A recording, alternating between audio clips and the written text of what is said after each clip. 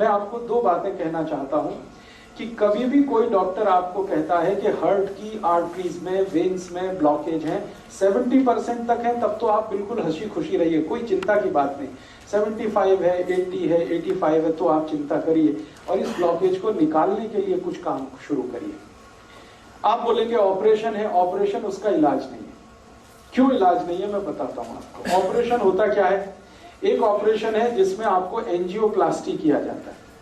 Angioplasty में क्या होता है कि मैंने बताया ये जो एक तरह की आर्टरी है, मान लीजिए इसमें से ब्लड जाना है और ये रुक गई है, तो डॉक्टर एक छोटी सी स्प्रिंग है वो आपके आर्टरी में डालेगा, कट करेगा, यहां से आर्टरी को उठाएगा और स्प्रिंग उसमें इंसर्ट कर देगा।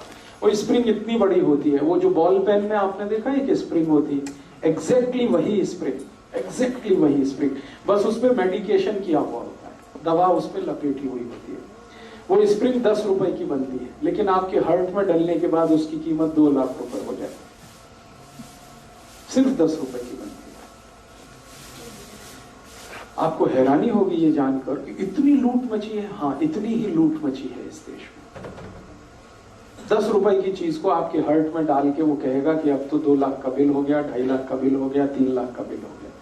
आपको पता नहीं है, आप क्रॉस चेक नहीं करते और हम ये मान के बैठे हैं कि ये तो भगवान है जो डॉक्टर है, लेकिन आपको मालूम नहीं है कि भगवान जब होता था डॉक्टर तब होता था, अब नहीं है। अब तो वो शैतान से भी ज्यादा खतरनाक है। भगवान फिर भी आपकी जान ही लेगा, ये तो इतना शैतान है कि जान भी लेगा, पैसे भी निकाल लेगा आपके घर से। हाँ, ये तो शैतान से भी ज्यादा खतरनाक। इसलिए मैं आपको थोड़ा अवेयर करना चाहता हूं कि हार्ट की प्रॉब्लम लेके कभी भी किसी डॉक्टर के पास आप जाएं और कोई डॉक्टर आपको ये कह दे कि आपका कोलेस्ट्रॉल बढ़ गया, इसके कारण ब्लॉकेज आ गया है, या ट्राइग्लिसराइड बढ़ गया, इसके कारण ब्लॉकेज आ गया है, तो आप बिल्कुल मत घबराइए जब तक आप अपनी रिपोर्ट नहीं देख लेते कि इसमें कितना % है। अगर 70 या 70 से नीचे है तब तो चिंता करने की बात ही नहीं। घर आइए, आराम से सोइए, खाइए पीजिए। 70 प्लस है तो जरूर थोड़ी चिंता की बात है, लेकिन उस चिंता को दूर करने के लिए कुछ उपाय हैं जो मैं आपको बताना चाहता हूं। ऑपरेशन उसका उपाय नहीं है। क्यों? मान लीजिए उसने एक आर्टरी में आर्टरी को कट किया और एक स्प्रिंग डाल दिया। स्प्रिंग मैंने कहा इतनी सी है, इतनी सी स्प्रिंग यहां आ गई, ठीक है। अब ये स्प्रिंग डाल दी तो इसमें होगा क्या कि आर्टरी का थोड़ा एक्सपेंशन हो गया, तो खून ज्यादा जाने लगेगा। 1-2 दिन आपको बहुत रिलीफ लगेगा, लेकिन आगे और पीछे जहां स्प्रिंग है ना, उसके आगे और उसके पीछे वहां फिर जमा हो जाएगा क्या? कचरा, कीचड़, कोलेस्ट्रॉल फिर जमा हो गया, तो फिर तकलीफ आएगी आपको। फिर दोबारा आप डॉक्टर के पास जाएंगे, फिर कहेगा आपको एक और एंजियोप्लास्टी कराना पड़ेगा। तो जहां पे उसने स्प्रिंग डाला था उसके आगे पीछे और एक डाल देगा, फिर आपका 2-2.5 लाख का खर्चा। फिर उसमें क्या होगा, जहां स्प्रिंग पड़ गई वहां से तो ब्लड निकल गया, फिर उसके आगे और पीछे फिर वही समस्या। मतलब सीधा सा ये है कि ब्लॉकेज होने की टेंडेंसी जब तक आपके ब्लड में रहेगी तब तक ये होता ही रहेगा, आप चाहे कितनी एंजियोप्लास्टी करा दीजिए। और एक आर्टरी में 2 या 3 से ज्यादा एंजियोप्लास्टी हो नहीं पाती क्योंकि वो बहुत वीक हो जाती है। तब डॉक्टर आखिर में कहता आप बाईपास सर्जरी करा लो। बाईपास सर्जरी में क्या होगा, जो आर्टरी है उसके पैरेलल एक दूसरी आर्टरी लगाएगा और इसको बंद कर देगा। लेकिन अगर ब्लॉकेज की टेंडेंसी उसमें भी बनी हुई है तो थोड़े दिन में उसमें भी ब्लॉकेज आ जाएगा। कीचड़ भरने की अगर नाली में टेंडेंसी है तो नाली कितनी भी नहीं बनाते रहो, कीचड़ भरने ही वाला है। आप कुछ ऐसी व्यवस्था करो कि पानी के साथ नाली में कीचड़ ही ना जाए, ब्लड में कोलेस्ट्रॉल बढ़े ही नहीं, ट्राइग्लिसराइड बढ़े ही नहीं। और कोलेस्ट्रॉल बढ़े तो वो बढ़े जो अच्छा वाला है, जिसको हम HDL कहते हैं। खराब वाला क्यों बढ़े, LDL और VLDL।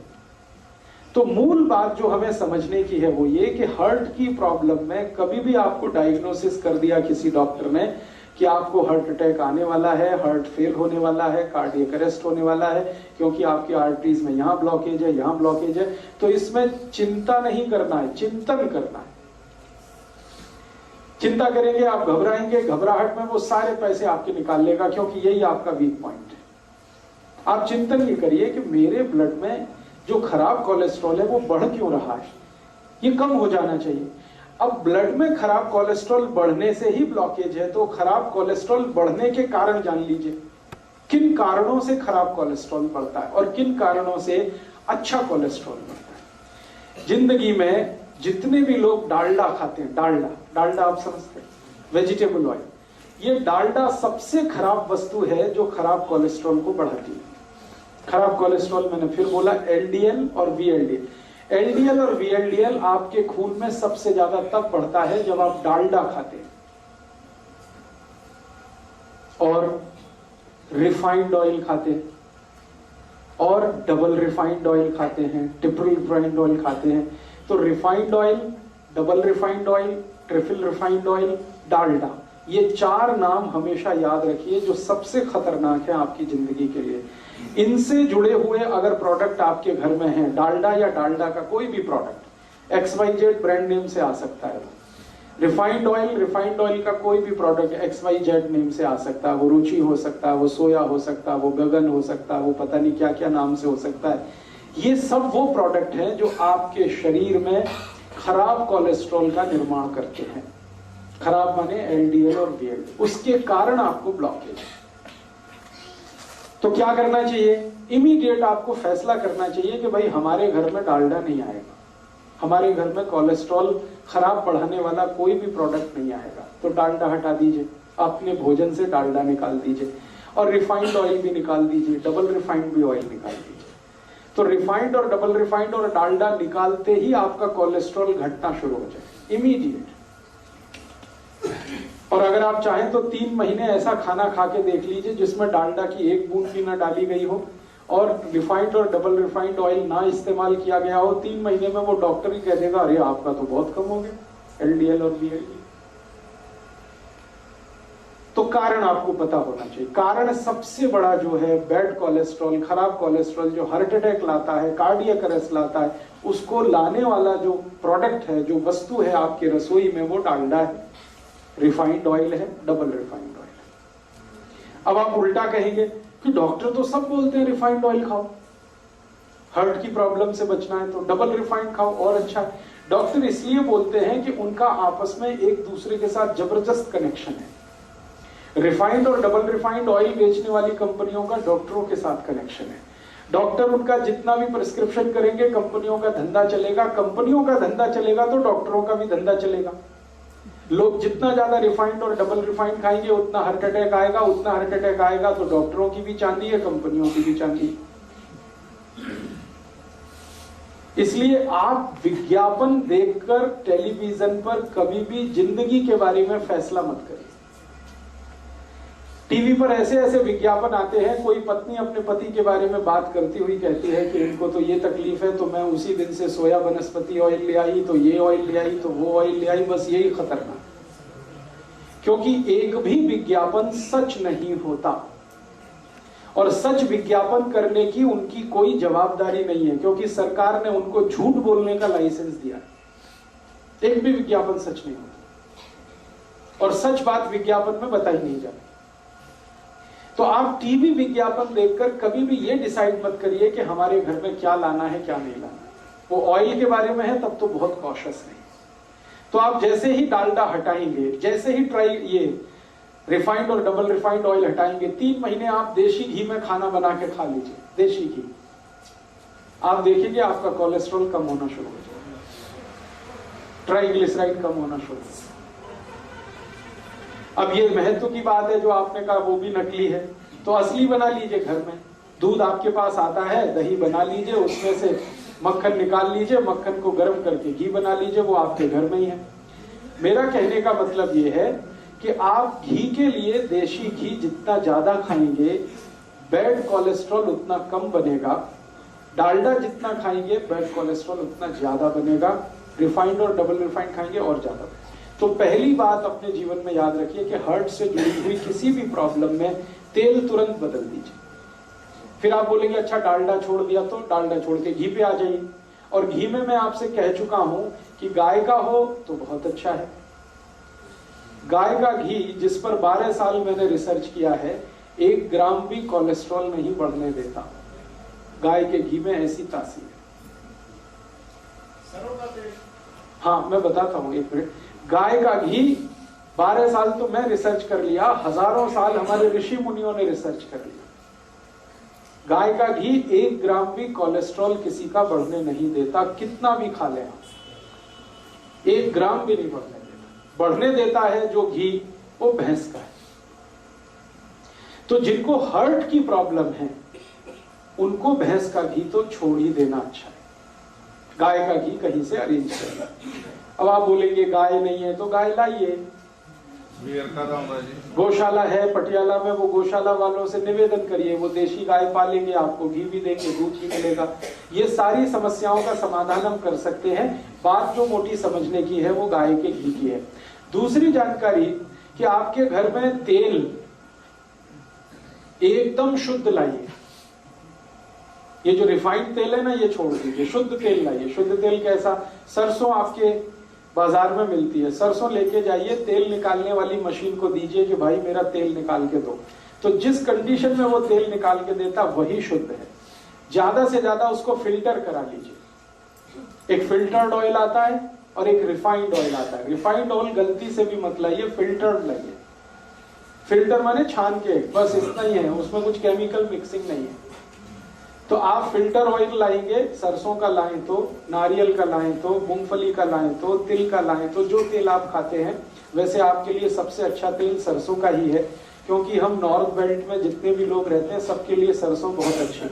तो सरसों का तेल तो सबसे ही अच्छा है, लेकिन कोई लोग ऐसे भी हैं जो नारियल का तेल खाते हो या मूंगफली का खाते हो या तिल का खाते हो, उनके लिए भी मेरा यही रिक्वेस्ट है कि शुद्ध तेल लाइए। नारियल का लाएं तो, तिल का लाएं तो, मूंगफली का लाएं तो। आप कहेंगे वो बहुत गाढ़ा होता है। मैं आपको एक जीवन का ऐसा सच बताना चाहता हूं जो डॉक्टर जानता है लेकिन वो बताता है। तेल जितना गाढ़ा होगा उतना अच्छा, दूध जितना पतला होगा उतना अच्छा।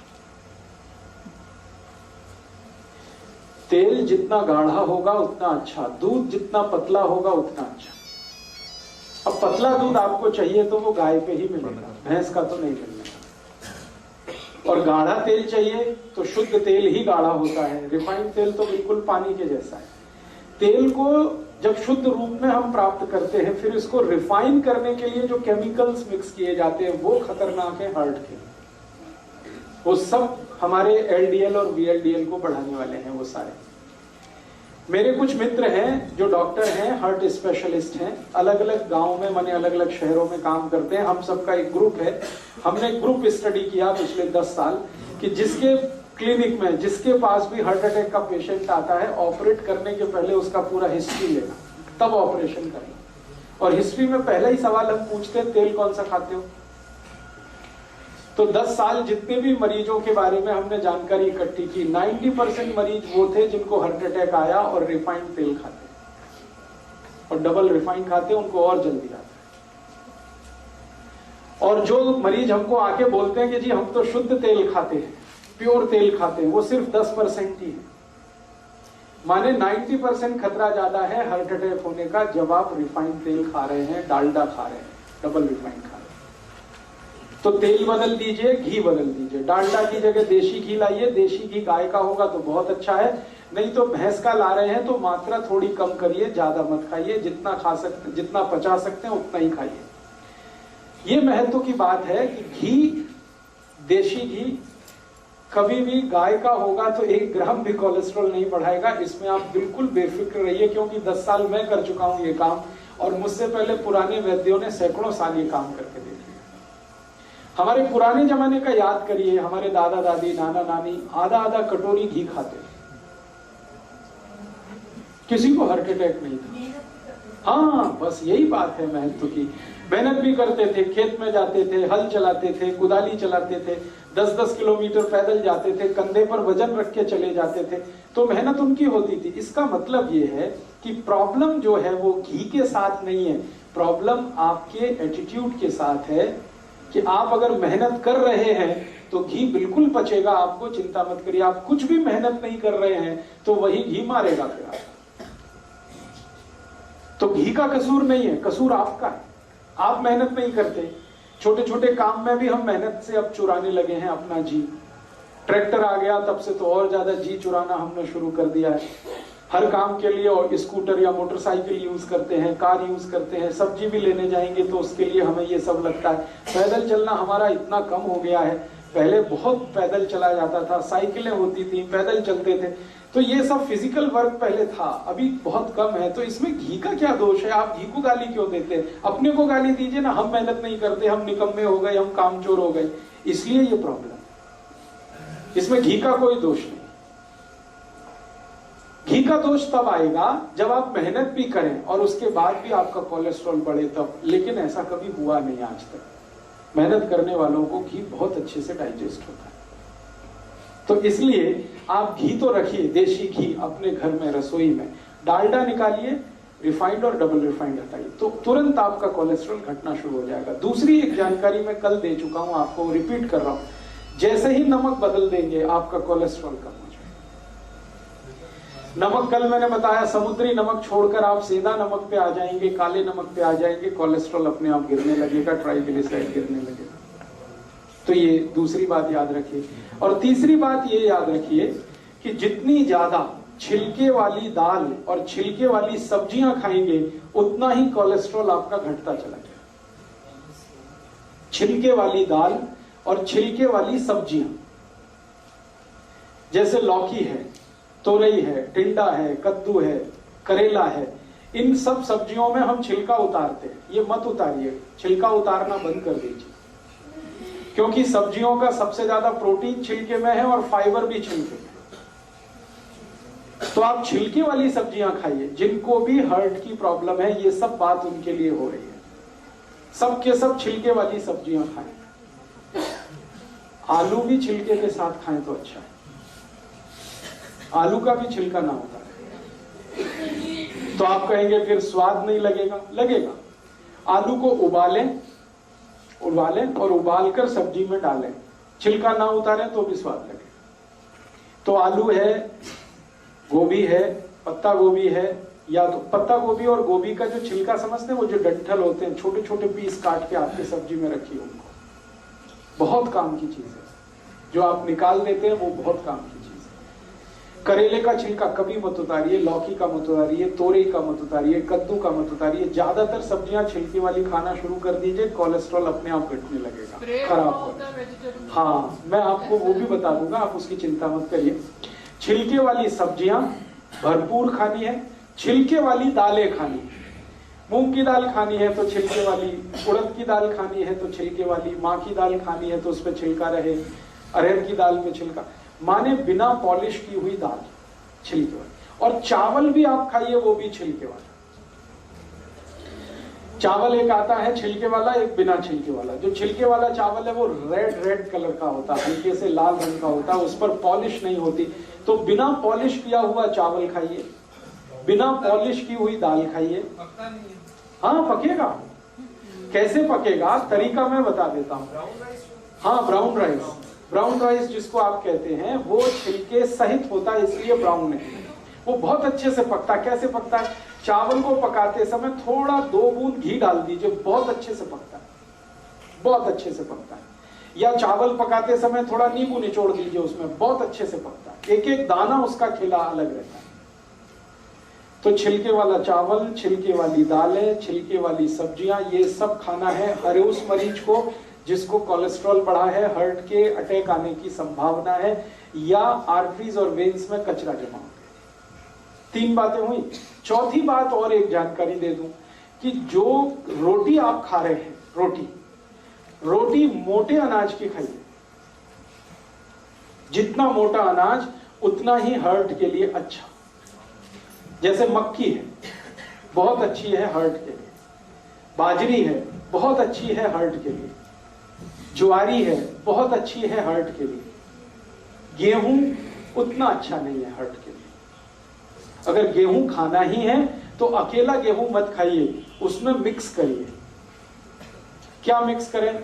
थोड़ा चना मिक्स कर दीजिए, थोड़ा सोयाबीन, थोड़ी ज्वारी, ऐसी चीजें मिक्स करिए जो मोटे अनाज में आती है। फिर उसकी रोटी बनाइए, मिस्सी रोटी कहते हैं या क्या रोटी कहते हैं, मिस्सी रोटी, यस, वो खाइए आप। गेहूं की रोटी कभी भी मत खाएं, ना खाएं वो सभी पेशेंट जिनको हार्ट की प्रॉब्लम है।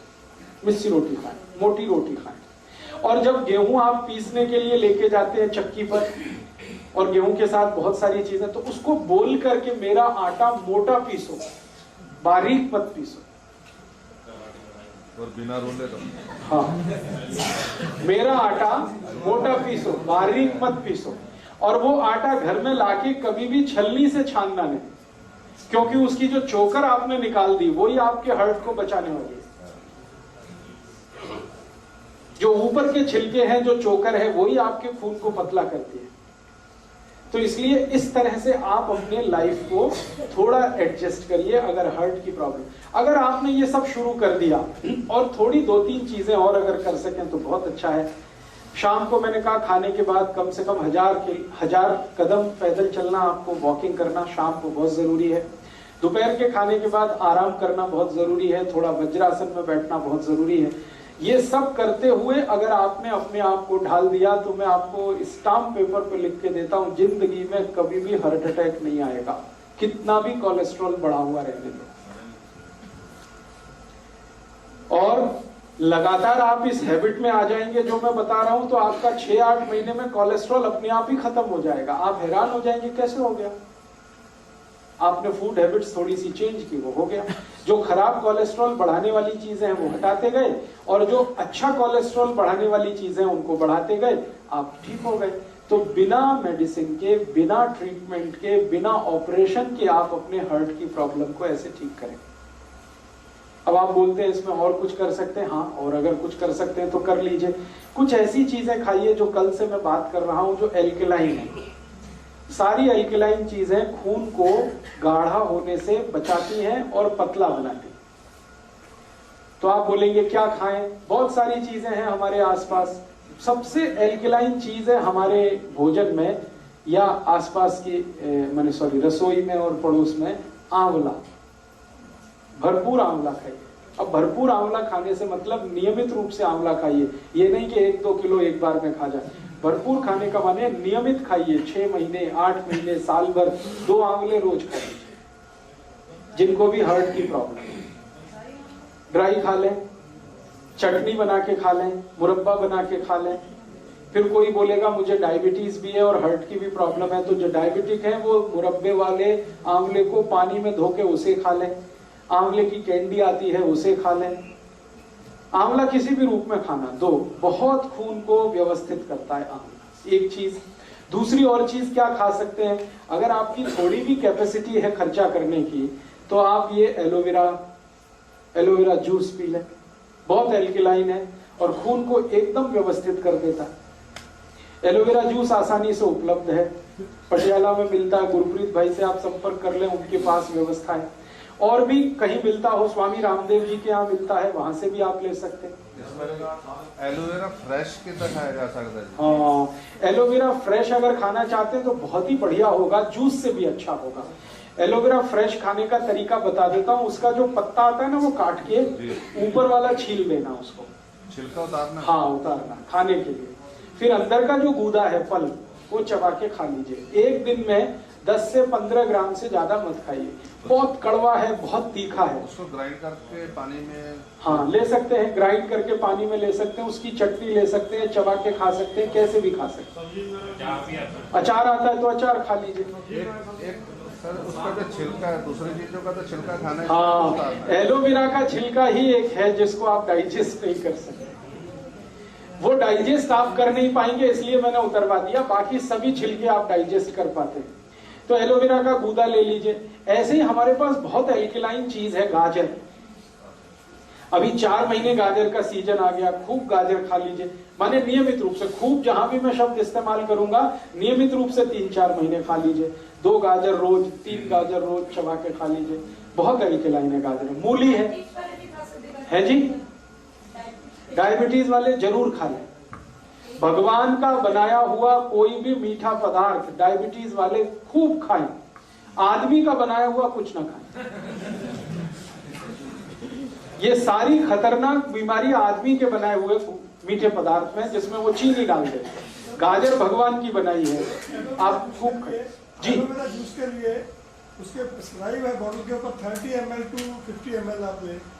30 ml की तो जरूरत नहीं है, वो उन्होंने प्रेस्क्रिप्शन दिया है, शायद वो बहुत हाई डिग्री किसी पेशेंट को ध्यान में रख के।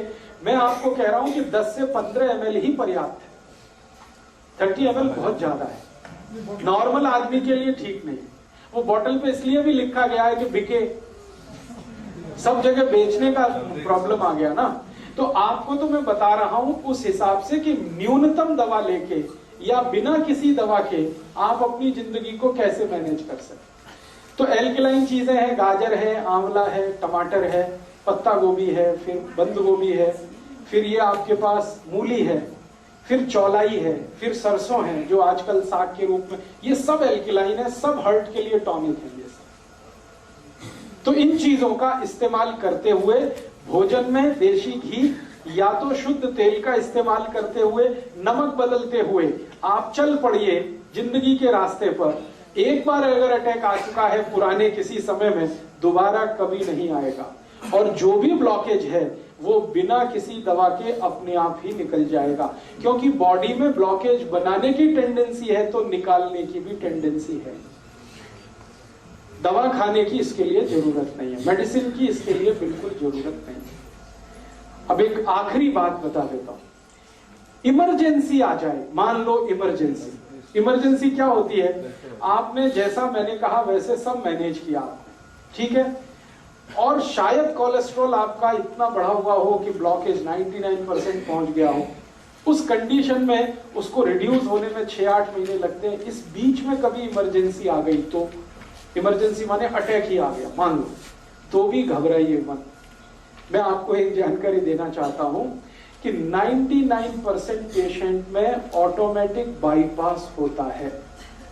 भगवान ने ऐसी व्यवस्था बनाई है शरीर में,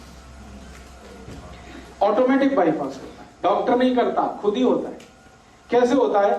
मान लो मैं थोड़ी देर फिर पुरानी बात पे आता हूं, ये एक आर्टरी है, ये पूरी तरह से बंद हो गई, अब इसमें से ब्लड सप्लाई नहीं हो रहा है, तो ये जो बंद हो गई ना, इसके पैरेलल एक खुली हुई आर्टरी रहती है हमेशा। हर एक आर्टरी के पैरेलल एक दूसरी है, हर एक वेन्स के पैरेलल एक दूसरी वेन है। वो उसी समय के लिए भगवान ने दे रखी है कि ये बंद हो जाए तो दूसरी अपने आप खुल जाएगी, ऑटोमेटिक बाईपास हो जाएगी। इसलिए घबराइए मत, डरिए, भगवान ने बहुत सुरक्षा बनाई है आपके लिए। अब जान के रखिए इस बात को कि हो सकता है ऑटोमेटिक बाईपास हो जाए और आप डॉक्टर के यहाँ एडमिट हो, डॉक्टर को भी मालूम है कि इनका बाईपास हो चुका, फिर भी वो कहेगा कि आपको तो बाईपास करना है, तो यहां से काट के फिर सिल देगा और कहेगा मैंने बाईपास कर दिया, मुझे पैसे दे दो। और हो सकता है उसने कुछ नहीं किया हो, क्योंकि बाईपास तो ऑटोमेटिक हो चुका है। ये सभी के शरीर में होता है, हर एक व्यक्ति के शरीर में होता है। हृदय की व्यवस्था ऐसी भगवान ने बनाई। तो ऑटोमेटिक बाईपास 99% केसेस में होता है। 1% केस में नहीं हो पाता जब हार्ट फेल हो जाता है, उसी समय नहीं हो पाता, बाकी तो अटैक में तो होता ही है। इसलिए वहां भी ऑपरेशन की जरूरत नहीं है। हाँ, एक चीज जरूर ध्यान रखिए कि मान लीजिए इमरजेंसी है, आपको बहुत तेज पेन हो रहा है, एंजाइना का माने अटैक का, रात के 2:30-3 बजे के आसपास ही ये आता है। क्यों आता है वो जानना बहुत इंटरेस्टिंग है। शरीर के जितने ऑर्गन्स है ना, इंटरनल ऑर्गन्स, हार्ट है, किडनी है, लीवर है, इन सब का वर्किंग जो काम करने का एक खास समय है। एक खास समय पर हार्ट बहुत ज्यादा काम करता है, एक खास समय पर किडनी ज्यादा काम करती है, एक खास समय पर लीवर ज्यादा काम करता है। उसकी मैंने लिस्ट दी है, बाहर एक किताब है, 2 किताबों में ये लिस्ट है पूरी। आपका स्वास्थ्य आपके हाथ और अहिंसात्मक चिकित्सा, 2 किताबों में हर एक ऑर्गन का टाइम पीरियड मैंने दिया हुआ है कैलकुलेट करके कि ये हार्ट है, इसके काम करने का समय ही है 2:30 बजे से 4:30 बजे तक, ये ज्यादा काम करता है। बाकी समय काम नहीं करता ऐसा नहीं है, कम करता है। इसी तरह किडनी का समय है, इसी तरह लीवर का समय। तो जब ज्यादा काम करने का समय है हार्ट का, अटैक उसी समय आएगा। तो ज्यादातर अटैक 99% सुबह 2:30 बजे से 4:30 बजे के बीच में ही आते हैं। उस समय के लिए क्या करें? बहुत तेज पेन होगा, बहुत तेज तकलीफ आएगी, तो मैं आपको एक दवा का नाम बताता हूं, वो सब नोट करके रखें। ये रामबाण दवा है, बहुत सस्ती आती है, होम्योपैथी की दुकान में ये मिलेगी। इस दवा को आप इस्तेमाल करें जैसे सॉर्बिट्रेट इस्तेमाल करते हैं। सॉर्बिट्रेट के बारे में आप जानते हैं, गोली है जो जीभ के नीचे डॉक्टर कहता है रख लो। ये एक दवा ऐसी ही है होम्योपैथी में, वो बिल्कुल ऐसे ही काम करती है, आपको मरने से तो बचा ही लेगी। उस दवा का नाम है एकोनाइट, ACONITE, ACONITE, ACONITE, एकोनाइट। इसके आगे एक नंबर लिखना पड़ेगा, नंबर नहीं मिलेगी, 200 लिख दीजिए।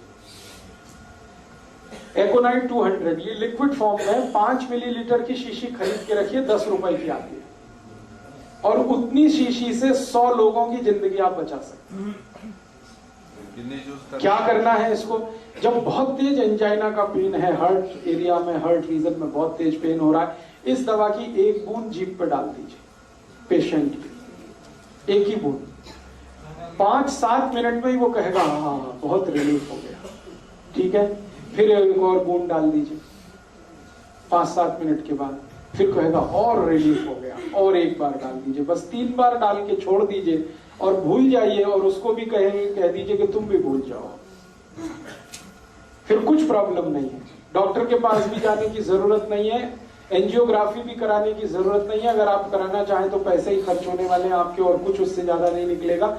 आपने उसको रोक लिया मरने से। अब क्या करना है वो मैं पीछे सब बता चुका हूं। उसका घी बदलवाइए, उसका तेल बदलवाइए, उसका दूध बदलवाइए, भैंस का पी रहा है तो गाय का लाइए, घी ला रहा है तो गाय का लाइए, फिर उसको कहिए नमक बदलो, फिर छिलके वाली दालें शुरू करो, छिलके वाली सब, ये सब उसको शुरू कर दीजिए उसकी डाइट, और 5-6 महीने के बाद वो बिल्कुल नॉर्मल हो जाएगा। 5 to 7 मिनट्स, एक ड्रॉप डाला 5 to 7 मिनट, दूसरा डाल दिया 5 to 7 मिनट, तीसरा डाल दिया, बस 3 ड्रॉप डाल के छोड़ दें। ये एक छोटी सी जानकारी मैंने आपको हार्ट और हार्ट से होने वाली प्रॉब्लम्स के बारे में दी है। अब एक आखिरी जानकारी और दे देता हूं कि हमारे रसोई घर में एक बहुत अच्छी मेडिसिन है जो इन सब काम को बड़े आसानी से करती है। हार्ट में अगर ब्लॉकेज आ गया तो उसको निकालेगी, कोलेस्ट्रॉल बढ़ गया है तो उसको घटाएगी, कचरा जमा हो गया खून में तो उसको साफ करेगी। उस मेडिसिन का नाम है मेथी दाना। मेथी दाना बारीक, ये जो मेथी दाना है पीला पीला होता है, खाने के बाद देखेंगे तो बहुत कसेला होता है, कड़वा होता है। ये बहुत अच्छा टॉनिक है हार्ट के लिए। मेथी दाना नियमित रूप से हर उस पेशेंट को देना है जिसको अटैक आने की संभावना है या आ चुका है। एकोनाइट तो दे ही दिया, वो तो उस समय के लिए बच गया, भगवान की दुआ हो गई उसके ऊपर, ऐसा समझ लो। हाँ, जो बारीक होता है वो काम का है, जो बड़ा वाला है वो अचार के काम का है। छोटा मेथी दाना वही काम का है। अब इसको खाना कैसे है, हर उस पेशेंट को ये देना पड़ेगा जिसको ब्लड में कोलेस्ट्रॉल ज्यादा है, ट्राइग्लिसराइड ज्यादा है, कचरा जमा हो गया, कीचड़ भर गया, उसको साफ करने के लिए 1 चम्मच छोटा वाला मेथी दाना 1 गिलास गर्म पानी में रात को रखना, रात भर उस पानी को रखना, सवेरे वो पानी सिप सिप करके पीना, क्योंकि पानी पीने का नियम जो बताया वो ध्यान रखना, और मेथी दाना चबा के खाना। बस इतना सा काम नहीं, बिल्कुल नहीं। रात को गर्म पानी में 1 गिलास, कांच का गिलास रहना चाहिए, उसमें 1 छोटा चम्मच मेथी दाना, छोटा मेथी दाना वो डाल के रख दीजिए, रात भर रखा रहने दीजिए, सवेरे पानी को सिप सिप करके पी लीजिए और उस दाने को चबा के खा लीजिए। हाँ, डालते समय पानी गर्म जरूरी है। दोबारा पीते वक्त पानी गर्म करने की जरूरत नहीं, क्योंकि वो मेथी से ही बहुत गर्म हो चुका है। तासीर बदल जाती है उस पानी की, रंग बदल जाता है, आप देखेंगे पानी पीला हो जाएगा। लगभग 3 से 4 महीने लगातार, 90 से 120 दिन लगातार। फिर क्या करना है, 90% केसेस तो इतने में ही ठीक हो जाते हैं, 90 से 120 दिन में। लेकिन 10% केसेस ज्यादा कॉम्प्लिकेटेड है तो उनको शायद ज्यादा चलाना पड़ेगा। तो मेथी दाने का एक नियम है, वो ये कि 90 से 100 दिन देने के बाद 15-20 दिन के लिए उसको ब्रेक दे दीजिए, 15-20 दिन के लिए, और फिर वापस 90 दिन चला सकते हैं। तो 2 बार से ज्यादा शायद रिपीट मैंने आज तक किसी पेशेंट को नहीं किया, 2 रिपीटिशन में ही सब क्लियर करते हैं। अब मेथी दाने में कुछ ऐसे केमिकल्स हैं जो खून को बहुत अच्छे से साफ करते हैं। साफ माने खून में जो कीचड़ वाला हिस्सा है, बैड कोलेस्ट्रॉल, वो सब खत्म कर देते हैं मेथी दाने के केमिकल्स। तो ये हमारे रसोई की बहुत अच्छी एक दवा है। और एक अच्छी दवा बता देता हूं, इसी के साथ चाहे तो वो ले सकते हैं, नहीं तो ये या वो दोनों में से कोई एक ले सकते। स्वामी जी अक्सर वो आपको बताते हैं लौकी का रस, ये लौकी का रस भी वही काम करता है जो मेथी दाना करता है। लौकी का रस आप जानते हैं, छिलका नहीं उतारना, लौकी के छोटे टुकड़े करके कद्दूकस में पीस के उसमें या मिक्सर में पीस के रस निकाल लेना। उस रस में तुलसी पत्ता, धनिया पत्ता और पुदीना पत्ता, ये कम से कम 5 से 10 तीनों, 5 पत्ते धनिया, 5 पत्ता पुदीना, 5 पत्ता तुलसी, या 10 पत्ते धनिया, 10 पत्ता पुदीना, 10 पत्ते तुलसी, ये तीनों मिक्स करके चटनी बना के, चटनी माने उसमें कुछ मिलाना नहीं, खाली पीसना, पीस के उसको रस में मिलाना, लौकी के रस में। और इस रस की मात्रा 1 कप, 1 कप माने 150 ml। फिर से रिपीट करता हूं, लौकी का रस निकालना है बिना छिलका उतारे, और उसमें 5 से 10 पत्ते धनिए का, 5 से 10 पत्ते पुदीने का, 5 से 10 पत्ते तुलसी का, तीनों पीस के डालना है। 1 कप रस होगा और इसमें तीनों पत्ते पीस के डाल दिए। अब ये पीना है। इसको सबसे अच्छा पीने का समय है सवेरे खाली पेट, और अगर सवेरे खाली पेट कोई नहीं पी पाता, कारण कुछ भी हो उसका, तो दोपहर को खाने के बाद तो जरूर लेना है, शाम को ये नहीं ले सकते। सवेरे तो खाली पेट पानी भी पीना जी, कितना चਿਰ बाद? तो पानी पीने के लगभग 40 मिनट बाद, 40 से 45। एलोवेरा का जूस भी है जो बनाना घर में, वो भी, हाँ, उसमें और 40 मिनट जोड़ दीजिए। पानी ले लीजिए, एलोवेरा जूस ले लीजिए, फिर 40 मिनट जोड़ के और आप ये रस ले लीजिए लौकी का, और अगर कुछ लेना है तो 40-45 मिनट गैप रखिए हर एक दवा से दूसरी दवा के बीच में। 40 मिनट से लेकर 1 घंटे का गैप बहुत जरूरी है आयुर्वेद की कोई भी दवा। खाने के इमीडिएट बाद ले सकते हैं। अब आप पूछेंगे खाने के इमीडिएट बाद तो लस्सी पीनी है, तो लस्सी पी लीजिए, फिर 40 मिनट बाद ले लीजिए। खाने के इमीडिएट बाद लेंगे, उसके आगे नहीं जा सकते, माने लंच टाइम तक आपको ये पी लेना है। शाम का समय इसके लिए अच्छा नहीं है। खाने तो बाद जी लस्सी है जी, दही आ रही है, रड़के आ रही, मक्खन निकाल के।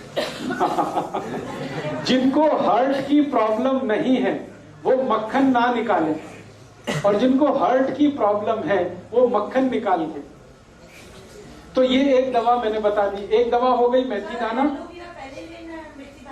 हाँ हमेशा, हाँ पहले या पानी, फिर एलोवेरा लेना है तो एलोवेरा, आंवला लेना है तो उसी के साथ एलोवेरा के साथ, फिर 40 मिनट 1 घंटे के बाद मेथी लेना है। इस तरह से आप शेड्यूल करिए।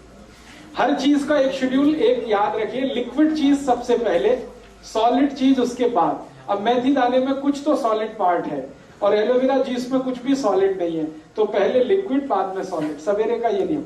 और एक दो जब दवाएं बता देता हूं इसी तरह की जो काम में आएंगी हार्ट के लिए आपको। अपने ही रसोई में इसी तरह की और एक बहुत अच्छी दवा है, अर्जुन की छाल, वो भी बहुत एल्कलाइन है। इस अर्जुन की छाल का पाउडर आता है, आप उसको यूज करिए हार्ट के प्रॉब्लम के लिए, जिनको भी है कोलेस्ट्रॉल ज्यादा या ट्राइग्लिसराइड ज्यादा या खून में कीचड़ जमा है, जो मैंने बोला था। अर्जुन की छाल बाजार में मिलती है, 30-40 रुपए किलो है। इसमें शहद मिला के, शहद नहीं मिला सकते तो गुनगुने पानी में मिला के, है जी, 100 रुपए किलो, तब तो आपको ठग लिया किसी ने। अगर आप उसको थोक बाजार से खरीदेंगे 30 से 40 रुपए किलो से ज्यादा भाव नहीं है उसका पूरे भारत। आप थोक में खरीद लीजिए ना, मैं कह रहा हूं मार्केट थोक में जाइए, 30 से 40 रुपए किलो से ज्यादा भाव ही नहीं है उसका। तो आप जो है अर्जुन की छाल का पाउडर, इसको भी इस्तेमाल कर सकते हैं हार्ट पेशेंट के लिए, ये भी बहुत एल्कलाइन है। और एक दो चीजें बताता हूं जो इसी तरह से एल्कलाइन है और हार्ट के लिए बहुत, पाउडर ही लेना अर्जुन की छाल। शहद लेना है, शहद नहीं है तो गुनगुने पानी में मिला के लेना है। हाँ, क्वांटिटी माफ करिए, भूल गया।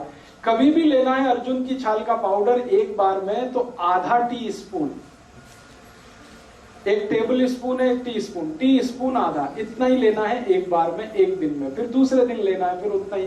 3 महीने लगातार आप इसे भी ले सकते हैं अर्जुन की छाल। और माफ करिएगा, ये जितनी चीजें बता रहा हूं ये सब ऑल्टरनेटिव के रूप में बता रहा हूं, एक साथ सब मत ले लेना। मैं आपको बता रहा हूं कि इतने ऑप्शंस आपके पास हैं। आपके पास लौकी है, आपके पास मेथी दाना है, आपके पास अर्जुन की छाल है, आपके पास आंवला है, आपके पास एलोवेरा है। इतने ऑप्शंस भगवान ने दिए हैं आपको। ये सभी ऑप्शनल और ऑल्टरनेटिव हैं। ये एक दूसरे के कॉम्प्लीमेंट्री नहीं है। ध्यान रखना कि इसके साथ ये ले लें, इसके साथ। कुछ लोगों को लगेगा जल्दी ठीक होना है तो सब ले लो एक साथ, तो उल्टा हो जाएगा। हाँ, इसलिए जितने पॉइंट्स मैं बता रहा हूं, या तो ये या तो ये या तो ये, और इसलिए ज्यादा बता रहा हूं कि आपको इस बात का आइडिया हो कि हम कितने रिच हैं। भारत कितना रिच है कि खाली रसोई में हार्ट को ट्रीट करने की कम से कम 20 दवाएं हैं जो दुनिया के किसी किचन में नहीं, वो हमारे यहां। तो हमारी रिचनेस का पता चले। और दूसरा, हमारे पुराने बुजुर्ग, दादा दादी, नाना नानी जो कहते रहे हैं, उस पर आपका भरोसा बढ़े, इसलिए ये सब इतनी बता रहा हूं। वरना एक बता के मैं छोड़ देता कि इतना ही काफी।